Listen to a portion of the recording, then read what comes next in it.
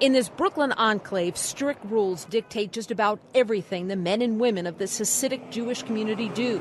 It is home to a sect called the Satmars, who are known for being closed off to outsiders. That's why the conviction of a respected member, 54-year-old Nehemiah Weberman, is seen as so significant among sex abuse victims. He was accused of sexually abusing a young girl for over 3 years and was found guilty on 59 counts against him.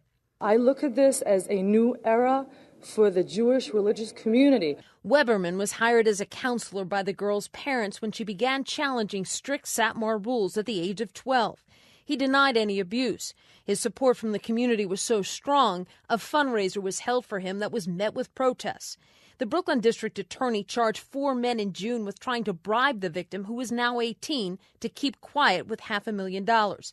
They've pled not guilty. The district attorney praised the woman for her courage in coming forward. This trial also went beyond sex abuse allegations, and it exposed practices of an insular community known for its secrecy. And among them is the use of so-called modesty councils. It's just kind of common knowledge in the community that these squads exist. You hear about them from when you're very little. They're touted as a means to get people to behave, like you better behave or the Vad Hatznius will come after you. So we all know that they're there. In fact, they almost attain a sort of mystique and a just sort of communal fear. 26-year-old Deborah Feldman grew up in the Satmar community, but broke out as a young adult and wrote the book Unorthodox, a memoir about growing up in Williamsburg. Ostensibly, what modesty squads are looking for is forbidden music, forbidden books, forbidden magazines, forbidden internet access devices like computers or smartphones. They're looking maybe for love letters or for photographs. Feldman hopes the verdict will prompt others to speak out about abuse without fear of retaliation.